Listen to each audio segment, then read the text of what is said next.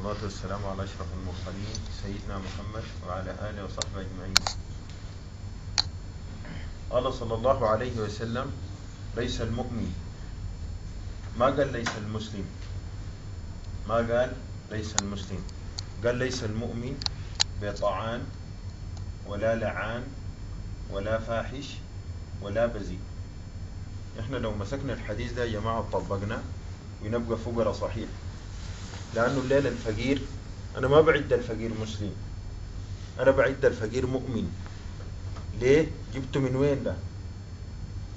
جبته من إنه المسلم هو الإنسان اللي بيشهد أن لا إله إلا الله وأن محمد رسول الله، ويقيم الصلاة ويأتي الزكاة ويصوم رمضان ويحج البيت لمن استطاع إليه سبيلا. ده إنسان مسلم. أما الإنسان اللي بيشهد أن لا إله إلا الله وأن محمد رسول الله وما بيفعل الأفعال دي، ما بنقول عليه كافر، بنقول عليه مسلم عاصي. أما الإنسان المؤمن ده الإنسان اللي إنه بيعمل الحاجات دي، لكن عنده الحاجات دي أساسية، همه ما في ده، همه ما في شيء أساسي، لا همه في حاجة زيادة. وأنا بقول له أنتم مؤمنين ليه؟ لأنه أنت أي واحد فيكم بصلي بيعمل البسملة وبيعمل الاستغفار وبيعمل الصلاة على الرسول وبيعمل لا إله إلا الله وبيعمل الله الله. ده في منه؟ ده في الفقراء. أنا لما أقول فقير بتكلم عن الستاندر بتاع الفقراء. يعني الفقير، حتى الفقراء يا جماعة ما في فقراء الليلة ولا سبح ما عندهم، في فقراء سبح ما عندهم محسوبين ساي.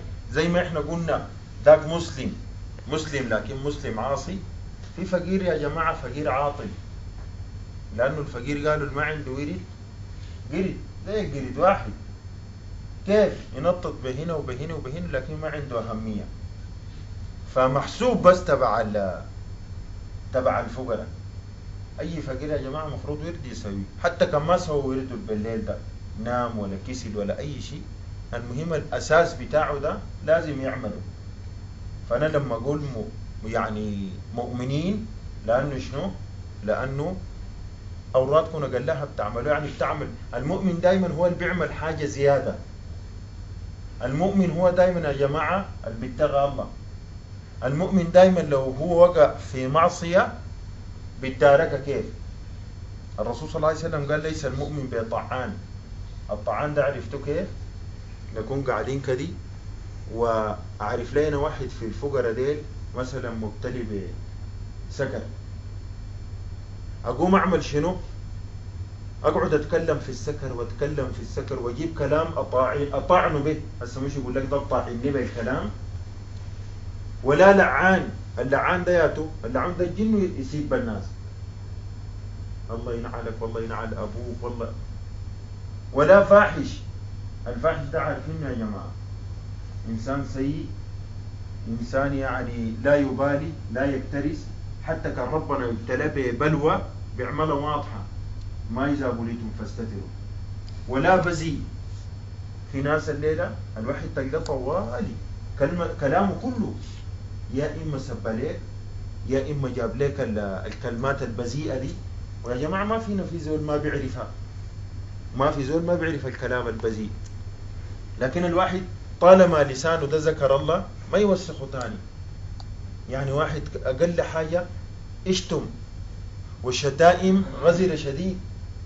لسانك انت يا أخي ما تنظف ويتجلى، لسانك انت بقى بتبسمل وبيستغفر وبهلل، لسانك بقى يعني ذاكر، يعتبر من الذاكرين، يعتبر من الذاكرين. طيب لما انت لسانك عديته من الذاكرين تاني بتجي تلطعه بشنو؟ بالبذاءة يا جماعة، بتاعت النبز وبتاعت حتى لو بمجرد الهزار، لو جات كلمة عابرة، لو جات حاجة عابرة بتمشيها. لكن الواحد لما يكون طوالي كلامه فيه بذاءة وكلامه فيه يعني كده يا جماعة ما سمحة. الرسول صلى الله عليه وسلم نهانا عنها، ولا فاحش ولا بذيء. ودار اوصيكم في حاجة، حتى الأخوان يا جماعة، الطريق ده شنو؟ الطريق ده قالوا كسر للنفس. النفس دايما هي دايرة تكون الأول. الطريق بقول لك انت فقير خليك آخر واحد، خلي حظك مهما قدموك ورا. ولما انت هسه شوف الانسان المتواضع دايما هو المحبوب ودايما هو المشكور، لأن الرسول صلى الله عليه وسلم قال من تواضع لله رفعه. النفس ما بتحب التواضع، النفس بتحب دايما هي تكون قدام، وبتحب هي دايما الظهور. لكن احنا في الطريق ده دايرين نعلمها الكسر، نكسرها، نزلها، نرجعها لورا. لأنه الشيخ عبد القادر الجيلاني قال طرقت جميع الأبواب وجدتها مغلقة. هبش باب الكرم لقى الكرم كتار، هبش يعني باب الشجاعة لقى الشجاعين كتار، هبش باب قيام الليل لقاه ملان، هبش باب الصيام بالنهار لقاه ملان. لما هبش باب الذل والانكسار لقاه فاضي ودخل بيت. عشان كده الصوفية يا جماعة دايما هم بيحاولوا شنو؟ ما بحبوا الظهور.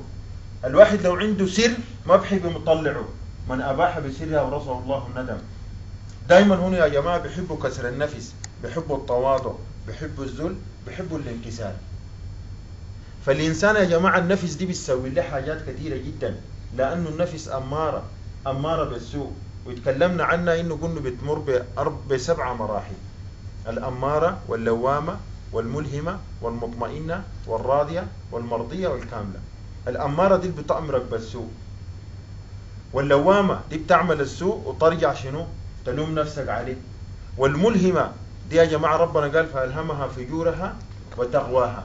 والمطمئنة ده ربنا سبحانه وتعالى قال يا أيتها النفس المطمئنة ارجعي إلى ربك الراضية والمرضية. والكاملة دي تكون من الذين لا خوف عليهم ولا هم يحزنون. فأنت بتضيع نفسك دي، تتردد 20 مرة لما تجي تتخذ الموقف، وبالذات لو كان موقف غضب ولا موقف سوء. فدايما النفس يا جماعة بتحب انها تكون متعالية، وبتحب انها تكون متكبرة. لكن في الطريق لو داير تستفيد خليك دايما ورا. في شنو الليلة كان اخوك جاء وجيتوا دايرين تركبوا العربية، ليه دافروا كده وانت ركبت؟ ما ممكن بالراحة تقول ليه هركب انت قدامي؟ هو ذاته نفسه يعني تتحسس، بيقول لك والله فلان ده متواضع وفلان ده يعني يتحب والله. عشان كده تصرفاته بتجبرك على انك انت تحترمه. لكن النفس مما تكون دايره تكون هي قدام يا جماعه شويه بتكون صعبه.